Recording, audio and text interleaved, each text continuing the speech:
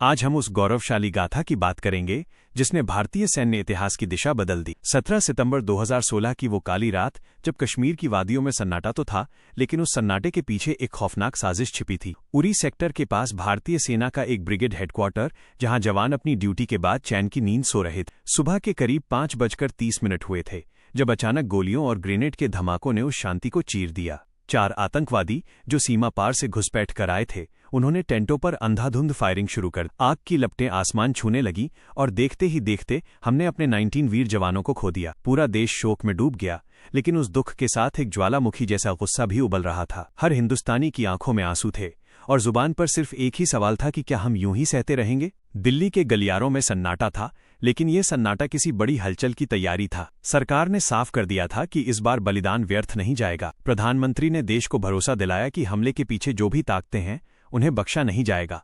इसके बाद शुरू हुआ भारतीय सेना, खुफिया एजेंसियों और राष्ट्रीय सुरक्षा सलाहकार के बीच बैठकों का वह दौर, जिसने एक ऐसे मिशन की नींव रखी जिसे दुनिया ने पहले कभी भारत के संदर्भ में नहीं देखा था। ये मिशन था सर्जिकल स्ट्राइक। मिशन की जिम्मेदारी सौंपी गई भारतीय सेना की सबसे घातक टुकड़ी, पैरा कमांडो यानी स्पेशल फोर्सेस को। ये वो जवान थे जो मौत के साए में भी मुस्कुराते हैं।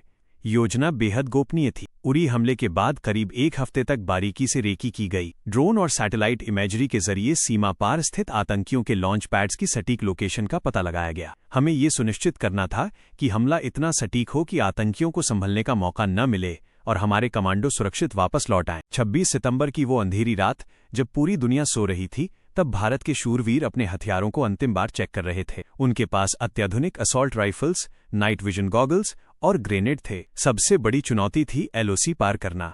वहां बिछी बारूदी सुरंगें और दुश्मन की चौकियों की नजर से बचते हुए आगे बढ़ना किसी चमत्कार से कम नहीं था। कमांडो कई टीमों में बंट गए और अलग अलग रास्तों से दुश्मन के इलाके में दाखिल हुए। हर कदम पर खतरा था, लेकिन दिल में उरी के शहीदों का चेहरा और देश का सम्मान था। करीब आधी रात के बाद कमांडो अपनी अपनी पोजीशन पर पहुंच चुके थे। आतंकियों के लॉन्च पैड्स अब उनकी पहुंच में थे। जैसे ही कमांड सेंटर से सिग्नल मिला, काल बनकर टूटे हमारे कमांडो। एक के बाद एक धमाके हुए और गोलियों की तड़तड़ाहट से वो इलाका गूंज उठा। आतंकियों को समझ ही नहीं आया कि हमला कहां से हुआ है। कुछ ही मिनटों के इस ऑपरेशन में दर्जनों आतंकवादियों और उनके मददगारों को ढेर कर दिया गया। उनके ट्रेनिंग कैंप और लॉन्च पैड्स मलबे के ढेर में तब्दील हो गए।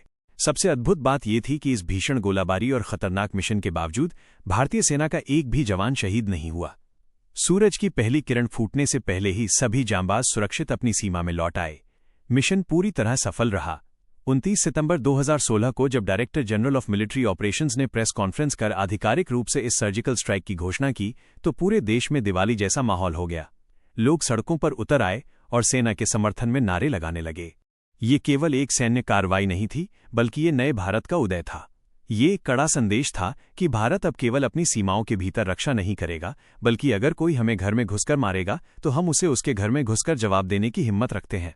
इस ऑपरेशन ने दुनिया को दिखा दिया कि भारत की सहन शक्ति को कमजोरी समझने की गलती न की जाए। आज भी इस मिशन की कई बातें गुप्त हैं, लेकिन इसकी सफलता हर भारतीय के सीने को गर्व से चौड़ा कर देती है। उरी का बदला लिया जा चुका था और इतिहास के पन्नों में भारतीय सेना की बहादुरी का एक नया अध्याय स्वर्णाक्षरों में लिखा जा चुका था। आज जब भी हम उस रात को याद करते हैं तो हमें एहसास होता है कि हमारी नींद इसलिए सुरक्षित है क्योंकि सीमा पर कोई है जो मौत से भी टकराने का दम रखता है।